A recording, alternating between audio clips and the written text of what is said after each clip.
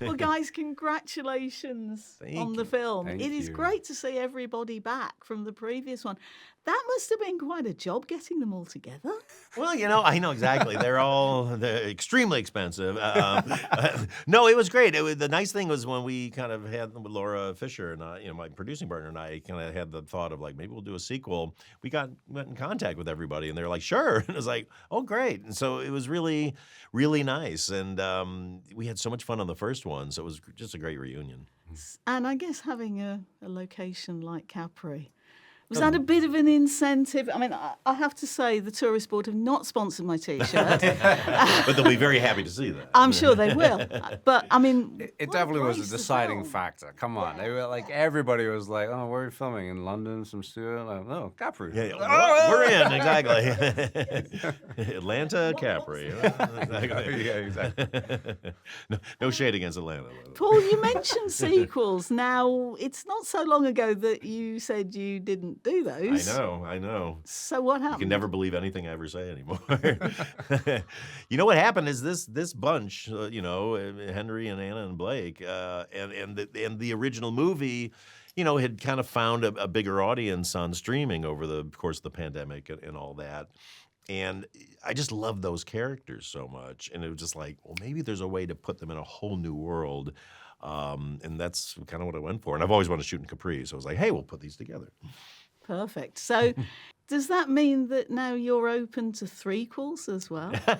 You know what? I mean, once you pull the Band-Aid off, you might as well just keep going. So, I definitely think this franchise could go another one. Because so. the door is slightly open slightly at the end open. of the The envelope's film. slightly open, Just exactly. enough, Exactly. I thought. Given that you're now sort of, quite relaxed about sequels and threequels, I'm wondering if there might be the chance of a sequel to one of my favourite comedies, and I know it's one that people keep asking about, and that is Spy. Thank you. I mean, if there was ever going to be another one of my movies that would have a sequel, it would probably be Spy.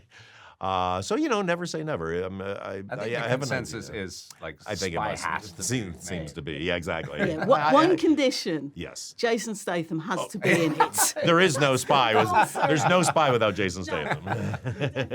And I love him to death. He's the greatest. Henry, your character Sean, he's not quite the guy that we remember from No, the first film. I think what he's- was it What like happened to playing Sean? him in seeing him in such a different light? What was that? like? Yeah, I think I think he's woken up on the wrong side of the bed for a few years coming to this island, and so he's full of venom and lots of gin. And It's the off-license side of the bed.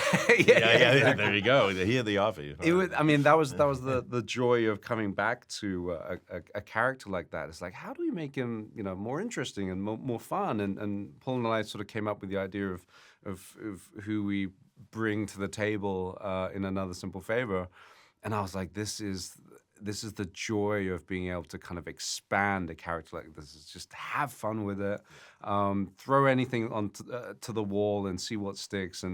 And luckily, Paul is the type of director who's just like, yes, let's run with that. Let's do this and let's try this out. So, well, to Henry's credit, because he was just like, I want to subvert this character, and I was like, well, that's great, because we weren't quite sure.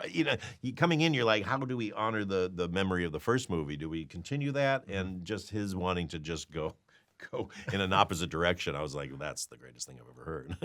Now, you two obviously enjoy working together. Yeah. Henry, I wondered, when you get a phone call from Paul and you know that there's the prospect of some work, I mean, is your first answer, yes, now tell me what the film is on the role? Or is it the other way around?